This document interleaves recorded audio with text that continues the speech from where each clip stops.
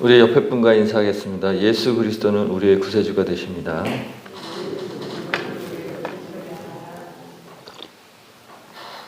(4월 18일) 월요일 새벽 예배를 하나님께 드리도록 하겠습니다. 나는 전능하신 아버지 하나님 천지의 창조주를 믿습니다. 나는 그의 유일하신 아들 우리 주 예수 그리스도를 믿습니다. 그는 성령으로 잉태되어 동정녀 마리아에게 나시고 본디오 빌라도에게 고난을 받아 십자가에 못 박혀 주시고 장사된 지 사흘 만에 죽은 자 가운데서 다시 살아나셨으며 하늘에 오르시어 전능하신 아버지 하나님 우편에 앉아 계시다가 거기로부터 살아있는 자와 죽은 자를 심판하러 오십니다. 나는 성령을 믿으며 거룩한 공교회와 성도의 교제와 죄를 용서받는 것과 몸의 부활과 영생을 믿습니다. 아멘. 찬송가 338장입니다. 찬송가 338장입니다.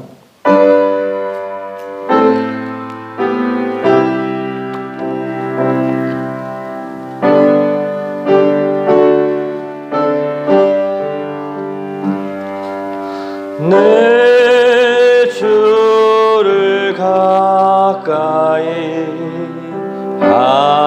하게 함은 십자가 짐 같은 고생이나 내 일생 소원은 늘 찬송하면서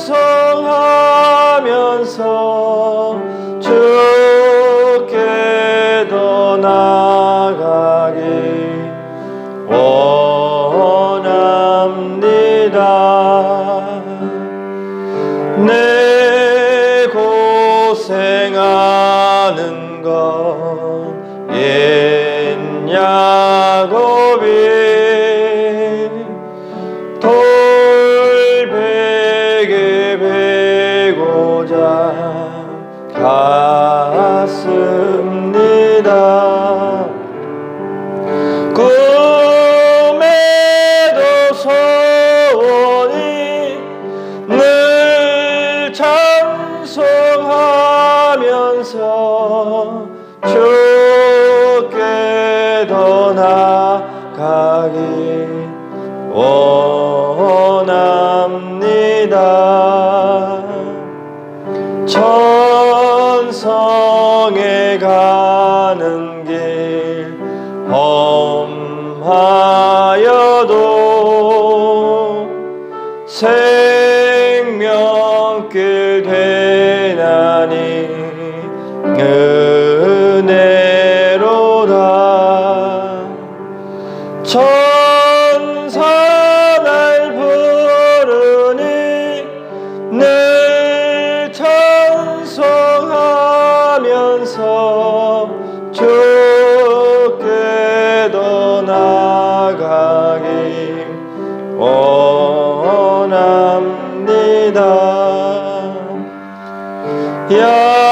야곱이 잠 깨어 일어나는 돌단을 쌓은 것 본받아서 숨질 때 되도록 늘 찬송하면서 주께 더 나아가기 원합니다.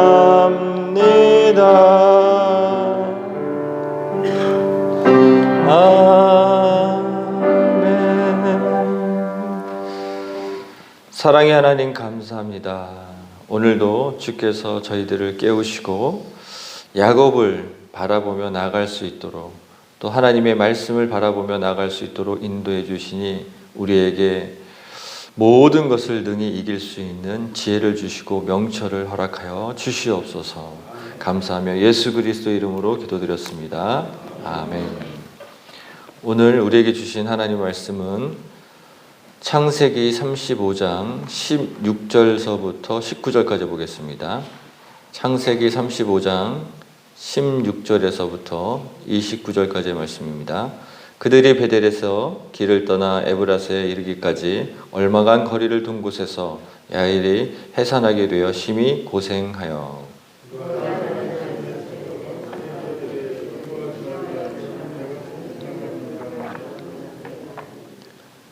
그가 죽게 되어 그의 혼이 떠나려 할 때에 아들의 이름을 베노니라고 불렀으나 그의 아버지는 그를 베냐민이라 불렀더라.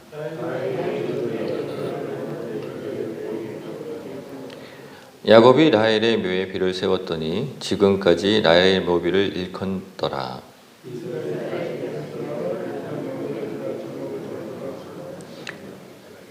이스라엘이 그 땅에 거주할 때 르우벤이 가서 그 아버지의 첩 비라와 동침하며 이스라엘의 일을 들었더라.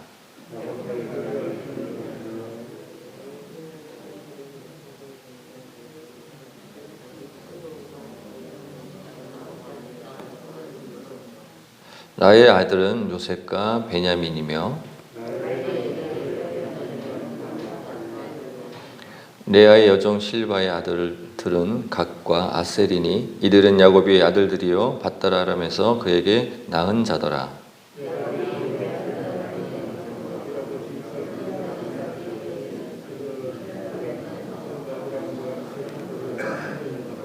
같이 읽겠습니다.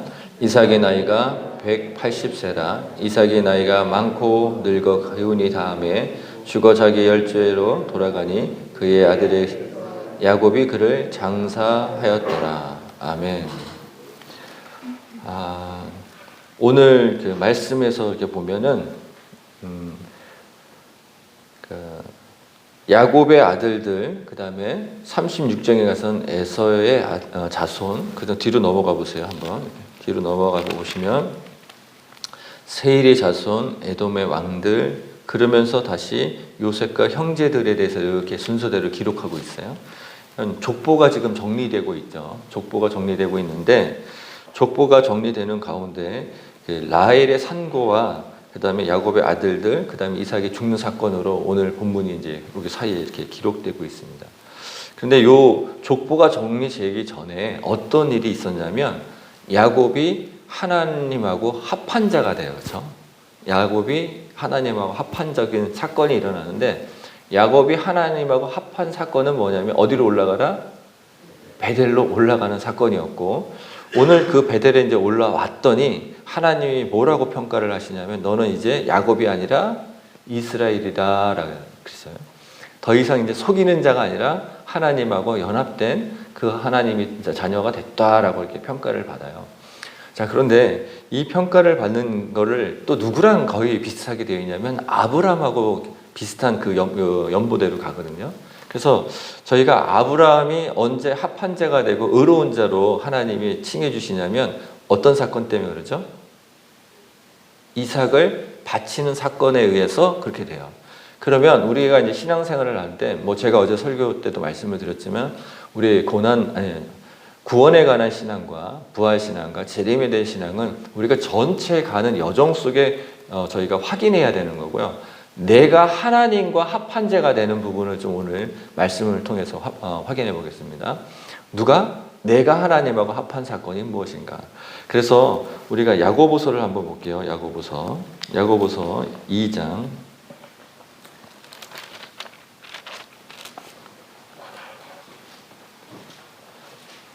야고보서 2장 14절부터 26절까지 보면요. 행함이 없는 믿음은 죽은 믿음이다라고 이렇게 되어 있어요. 그러니까 믿음이 있다는 것은 바로 뭘로 가야 된다? 행함이 있는 것으로 가야 되는데 특별히 야고보서 2장 23절에 볼게요. 이에 성경이 이른바 같이 있습니다. 아브라함이 하나님을 믿으니 이것을 의로 여겼다는 말씀이 이루어졌고 그는 하나님의 벗이라 칭함을 받았더니 내가 하나님하고 합한 자가 되어 이제 하나님의 뜻이 어디 있는지를 알고 그것을 행함이 있는 믿음으로 가요. 그러고 났더니 하나님이 나에게 무엇이 되어주시죠? You are my best friend. 너는 나의 가장 친한 친구라고 평가를 해주신다는 거예요. 너무 놀랍지 않아요? 아브라함을 하나님이 뭘로 보셨다? 가장 친한 친구로 본 거예요. 요새 얘기하면 베스트 프렌드, 100% 보신 거죠, 하나님이. 그렇다면 야곱도 마찬가지고 이삭도 마찬가지고 아브라함도 마찬가지로 어떤 큰 사건이 하나 있는데 그 사건은 뭐예요? 하나님 앞에서 순종을 온전히 할 때 그렇다는 거죠. 그 사건이 일어나고 나서부터는 하나님이 나를 뭘로 생각하신다? You are my best friend. 당신은 나의 가장 친한 친구입니다라고 생각한다는 거예요. 그럼 여기서 우리가 힌트를 하나 얻어야 됩니다. 하나님은 어떤 분이죠? 우리의 왕이시고 또 하나님은 또 우리의 어떤 분이죠? 아버지예요. 그런데 제가 이걸 가지고 우리 집사님들한테도 물어보고 우리 친구들한테 다 물어봤더니 너에겐 아버지가 어떤 분이세요? 장로님은 아버지가 어떤 분이세요? 사랑이 마시는 분. 다 극복하셨군요. 어떤 친구는 뭐라 했냐면 아는 사람 그러더라고요. 너무 충격적이지 않으세요? 아버지가 너희가 어떤 존재니? 뭐랬더니 그냥 아는 사람이래요. 저는 되게 그 아이의 눈빛과 그게 너무 진정성 있게 얘기해가지고 제가 충격을 받았어요. 아는 사람? 그래서 제가 조용하게 옆에서 얘기했어요. 아버지하고 친하게 지낼 수 있는 방법이 없을까? 했더니 저는 더 이상 아는 사람 이상으로 하고 싶지 않아요. 딱 그러더라고요. 이 아이에게 무슨 대못이 박혀 있는지 모르겠지만 그런 거예요. 또 한 친구는 뭐냐면 아버지가 어떤 분이에요? 그랬더니 존경을 한대. 존경하는데 왜 존경해? 그랬더니 무서워서 존경할 수밖에 없어요. 그러는 거예요. 결국 그 얘기가 뭐냐면 뭐만 만들어 놓은 거죠?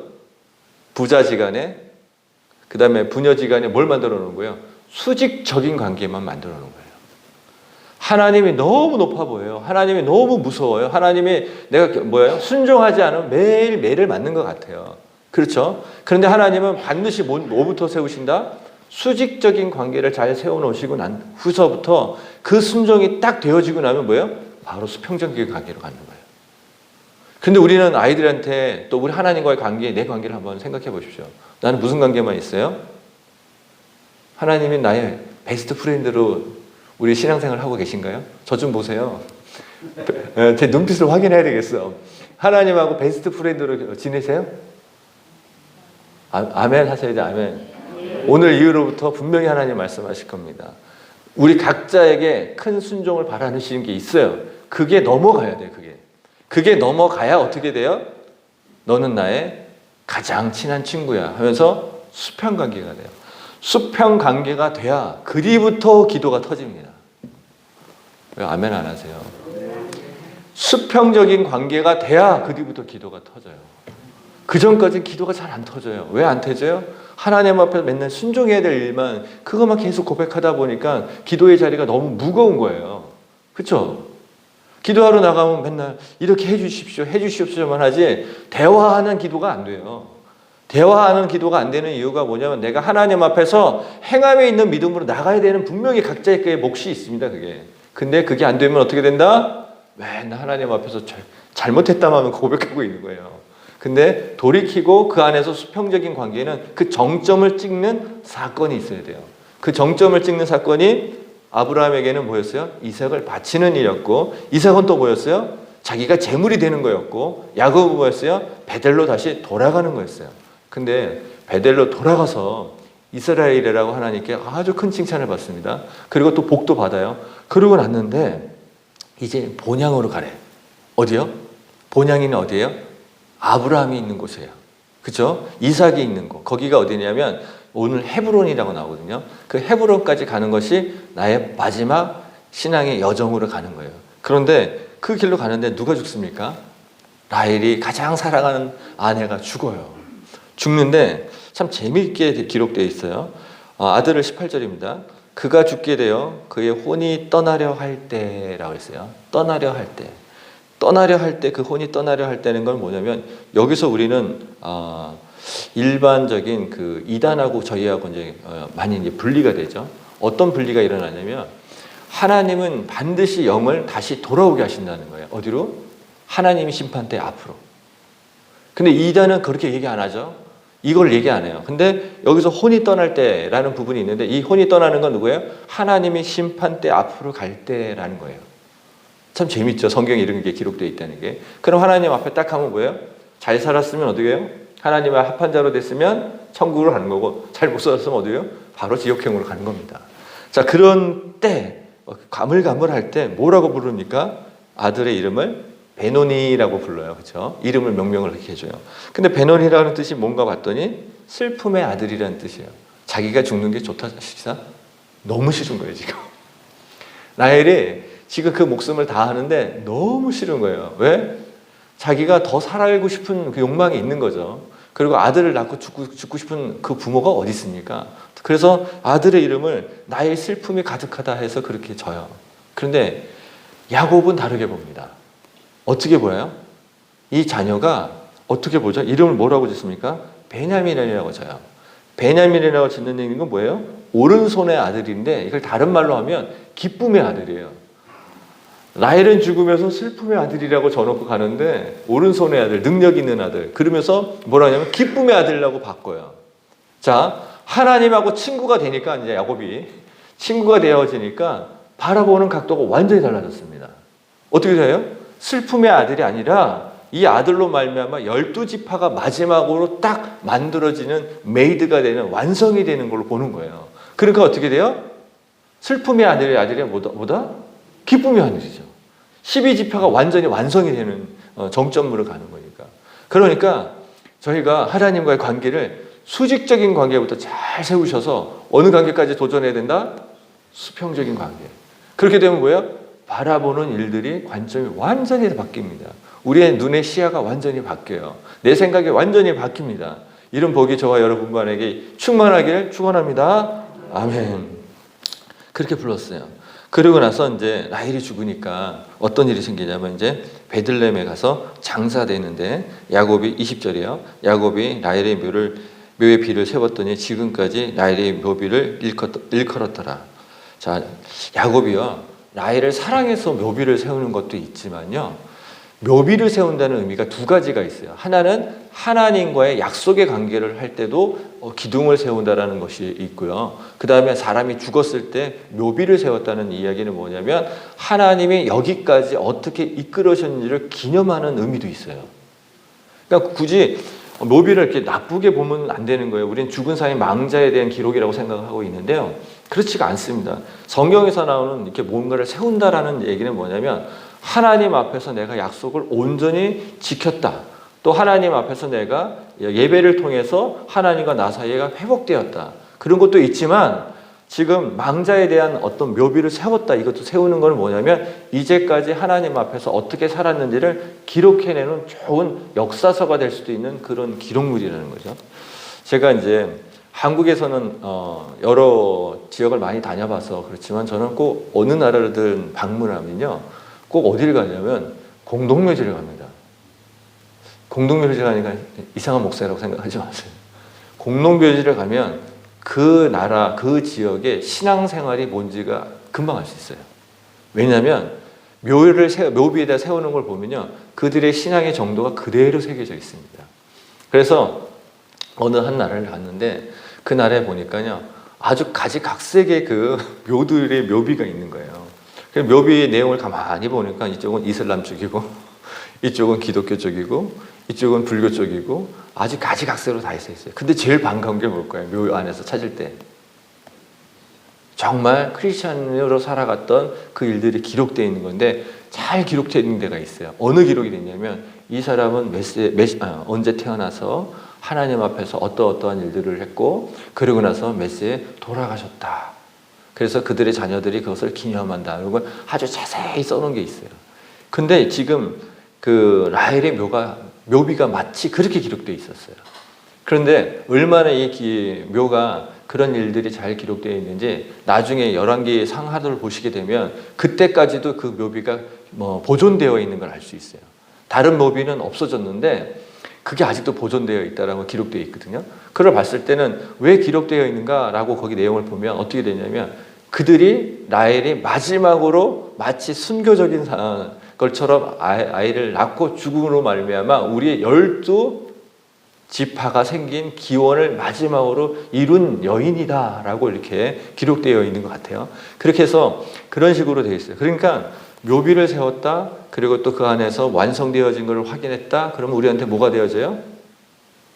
우리 자손들에게 기념이 될 만한 것을 묘비를 세우시는 것도 의미가 있다는 거죠. 그래서 그런 묘비를 생각을 해보면 저는 제 자손들이 없기 때문에 묘비를 세울 필요가 없죠. 아니에요. 저는 아내랑 가끔 그런 얘기를 하는데, 제가 죽으면 그냥 화장을 해서 그냥 산으로 들로 이렇게 뿌려주길 바란다, 이렇게 얘기를 해요. 왜냐하면 자녀가, 육신의 자녀는 없기 때문에. 근데 만약에 제가 섬기는 교회가 있으면 그렇게 해줄 수 있겠죠. 어쨌든 간에 저는 그런 부분에 대해서는 좀 생각이 좀 다릅니다. 그런데 당시에는 어떤 일이 있었냐. 누가 죽으면 반드시 묘를 썼고, 그 묘비를 세우는 목적은 뭐예요? 다음 세대들에게 신앙의 본이 되기 위해서 묘비를 세웠고, 그 라헬의 묘비 안에는 마지막에 루벤이 루벤인데 베냐민이 기록되어 있었기 때문에 12지파가 완성하는 그 연유로 상당히 존중받는 그러한 부분이 되었습니다. 자, 그 다음에 이제 야곱의 아들들이 나오는데, 야곱의 아들들이 12이라 하곤 했는데, 기록에 대한 어떤 기준을 보니까 레아의 아들들은 야곱의 장자 루벤 이렇게 되어 있고요. 마지막에 26절에 보니까 레아의 여종 실바의 아들들은 각과 아세리니 이렇게 되어 있어요. 어느 것을 기준으로 해서 기록되어 있죠? 여자를 기준으로 해서 기록되어 있어요. 남자를 기준으로 해서 기록된 게 아니라 아들들이 여자를 기준으로 해서 기록됐다는 이야기가 뭐냐면, 하나님은요 여자를 낯이 보지 않았다는 거예요. 사람이 낯이 본 것이지 사람에게 그렇게 했던 거지, 하나님 입장에서는 남자든 여자든 같이 봤다는 거예요. 평등하게 봤다는 거예요. 그래서 여성분들의 자존감을 더 세우시기 바랍니다. 하나님 앞에서는 나이 많고 나이 적고 그게 중요한 게 아니라 뭐예요? 다 동등하게 본다는 거예요. 근데 그게 어디에 기록되어 있다? 창세기에 기록되어 있다는 게 너무 감사해요. 그렇죠? 중간쯤 가서 기록되어 있으면 그 전까지는 무시형이었고, 그런데 아닙니다. 하나님은 태초부터 지금까지 여성을 격차로 두지 않았어요. 그것을 문화로 만든 것뿐이지 사실상 그렇게 됐다는 거예요. 물론 족보가 기록될 때 남성 위주로 기록되었지만 하나님 보시는 앞에서는 차등이 없이 공평하게 보셨다라는 것을 꼭 기억해 주시고 그 은혜가 있길 바랍니다. 그 다음에 이제 이삭이 죽습니다. 27절이에요. 야곱이 기랏 아르바에서 마므레로 가서 그의 아버지 이삭에게 이르렀으니, 드디어 어디까지 간 겁니까? 본향까지 도착했어요. 본향까지 도착하고 기랏 아르바에 곧 아브라함과 이삭이 거류하던 그 헤브론이더라. 거기 이제 도착했죠. 도착해서 이삭의 나이가 이제 어떻게 돼요? 180세가 되었고, 이삭이 나이가 많고 늙어 기운이 다음에 죽어 열쪽 가운데 돌아가니 그의 아들의 에서와 야곱이 그를 장사하니라. 이렇게 돼 있어요.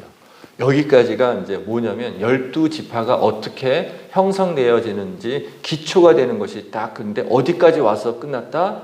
본향까지 돌아와서 끝났다는 거예요. 자, 그런데 이 사이에 어떤 일이 생기죠? 불미스러운 일이 하나, 아까 제가 거론을 안 했지만 하나 생기죠. 누가 생기죠? 루벤이에요. 루벤. 장자가 어떤 일을 합니까? 아버지의 아내. 성경에서는 첩이라고 기록하지 않습니다. 그도 아내라고 기록을 해줘요. 한데 거기서 라헬과 라헬이 된대요. 누구죠? 빌하하고 그런 어떤 관계를 통해서 루벤이 치명적인 실수를 합니다. 아버지는 어떤 일을 하죠? 완전하게 이제 순종을 해서 마무리를 잘 지어가는 쪽으로 해서 하나님과의 이 수평적인 관계를 해서 야곱은 너무 그때부터 좋았을 거예요. 뭐냐면 기도만 한 하나님하고 소통하기 시작하니까 얼마나 좋아요. 그런 일이 있는데 아들이, 첫째가, 장자가 그 마지막에 딱 12지파가 만들어지는 그 사건 안에 뭐 합니까? 절대 해서는 안 되는 일을 간통을 해요. 그렇죠? 간통죄가 일어나요. 이 사건으로 말미암아 르우벤은 뭘 잃을까요? 장자권을 잃습니다. 그리고 장자권만 잃는 게 아니에요. 이 집안이 그 후로부터 평탄한 날이 없어요. 그 장자의 그 잘못 하나로 인해서 그 집안이 평탄할 일이 없어요. 그 전에 또 뭘 했죠? 르우벤하고 레위는 뭘 했습니까? 피바람을 일으켰잖아요. 그렇죠? 피바람을 일으켰던 것과 이 그 간통죄, 아주 골고루 죄를 졌어요. 그렇죠? 그러고 나서 이 야곱의 집안은 평탄할 일이 없습니다. 그렇다면 저희는 여기서 하나 확인할 게 있어요. 내가 먼저 하나님과 수직적인 관계를 잘 세우시기 바랍니다. 그러고 나서 수평적인까지 도전하는 행함이 있는 믿음으로 말미암아 거기까지 도전하시기 바랍니다. 왜 아멘을 안 하세요? 여기까지 하셔야 돼요. 자, 그러고 나면 보면 어디를 돌아봐야 돼요? 그 사이에 자녀들이 있으면 자녀들을 돌아보세요. 자녀들이요, 예배처에 안 나가는 자녀들 있죠. 정말 무릎 꿇고 기도하셔야 됩니다. 자녀들 여기 나올 때 끌려 나오는 자녀들이 있어요. 그냥 콕 끌려 나오시지만 너무 나오기 싫은데 끌려 나오는 자녀들이 있습니다. 뭐 여기 아니래도 타지에 산다 하더라도 예배를 안 드린다 그러면 여기에 계신 부모님들은요, 무릎 꿇고 기도하셔야 됩니다. 예배가 없다? 르우벤하고 똑같이 됩니다. 예배가 있어도 뭐가 되냐면 르우벤하고 똑같이 돼요. 그럼 내 자녀가 그러는 걸 보면 어떻게 돼요? 하나님 앞에 가서 뭐라고 얘기할 겁니까? 그렇죠? 그래서 철저하게 그 일을 하셔야 됩니다. 그런데 또 애들이 여기 나와 있어서 딴 생각하고 딴 하는 애들이 있어요. 그럴 때 참 보기 안타깝죠. 근데 때가 될 때까지 우리는 무릎 꿇고 기도해야 됩니다. 누가 되지 않게? 르우벤과 같이 되지 않게끔 철저하게 저희가 함께 그렇게 가야 돼요. 그런데 혼자 하기 힘들 때가 있습니다. 자녀를 혼자 세우기 힘들 때가 있어요. 그러면 우리 옆에 있는 모든 분들은 하나님 앞에서 다 동력자잖아요. 다 하나님 앞에서 다 공동체잖아요. 우리가 함께 세워야 되잖아요. 그러면 저희 담임 목사님과 저나 여러분들을 다 함께 해서 한 사람 한 사람 세워갈 수 있도록 그렇게 해야 돼요. 그렇게 할 때 이 이후에 기록된 걸 보면 이 지방골이 말이 아니거든요, 사실은요. 그런 부분을 갖다가 우리가 잘 보고 청출 어람과 같은 신앙생활을 해야 되잖아요. 반면교사가 돼서 그러한 신앙생활이 저와 여러분만 되시길 주의 이름으로 축복합니다. 말씀을 정리합니다. 오늘 말씀 안에 크게 두 가지 메시지가 있습니다. 첫 번째 메시지는 뭐냐면 하나님 앞에서 내가 수직적인 관계와 수평적인 관계를 잘 해서 내가 신앙생활을 온전하게 가는데 행함이 있는 믿음으로 가야지만 그것이 된다. 그리고 하나님은 반드시 그것을 각자마다 요구하는 것이 있으니까 그것을 순종하는 길로 나가시기 바랍니다. 두 번째, 나에게 스라의 자녀가 있어요. 스라가 자녀가 있으면 그 자녀들을 어떻게 해야 돼요? 하나님이 보시기 좋은 자녀로 계속해서 양육해 가야 돼요. 문제가 있을 때는 어떻게 해요? 어떻게든 간에 부모의 기도와 부모의 열심으로 어디로 가야 된다? 하나님의 길. 똑같이 아브라함과 이삭과 야곱의 길을 갈 수 있도록 같이 저와 여러분 지도해서 그들이 정말 10만 전도하고 100만 전도하고 세상의 빛과 소금을 역할을 하는 데까지 온전히 같이 세워나가도록 하겠습니다. 기도하겠습니다. 하나님 아버지 감사합니다. 오늘도 말씀을 통해서 하나님과 저 사이에, 우리들 사이에 수직적인 관계와 수평적인 관계가 무엇인지를 깨닫게 되었습니다. 아브라함이, 이삭이, 야곱이 여러 번 어려움을 겪었지만 주님 앞에서 온전한 그런 합한 자가 되었던 것처럼 우리 모두를 합한 자의 길로 인도하여 주시옵소서. 하나님께서 우리의 스라에 하나님의 선물로 자녀들을 주셨습니다. 하지만 자녀들이 우리의 마음대로 되지 않는 부분도 있습니다. 주님, 그 자녀들을 주님께 올려드려오니 서로 협력하고 또 합한 마음으로 그들을 온전히 세워갈 수 있도록 인도하여 주시옵소서. 감사하며 예수 그리스도 이름으로 기도드렸습니다. 아멘. 하늘에 계신 우리 아버지, 아버지의 이름을 거룩하게 하시며 아버지의 나라가 오게 하시며 아버지의 뜻이 하늘에서와 같이 땅에서도 이루어지게 하소서. 오늘 우리에게 일할 양식을 주시고 우리가 우리에게 잘못한 사람을 용서해 준 것 같이 우리 죄를 용서하여 주시고 우리를 시험에 빠지지 않게 하시고 악에서 구하소서. 나라와 권능과 영광이 영원히 아버지의 것입니다. 아멘. 오늘 두 가지를 놓고 기도하겠습니다.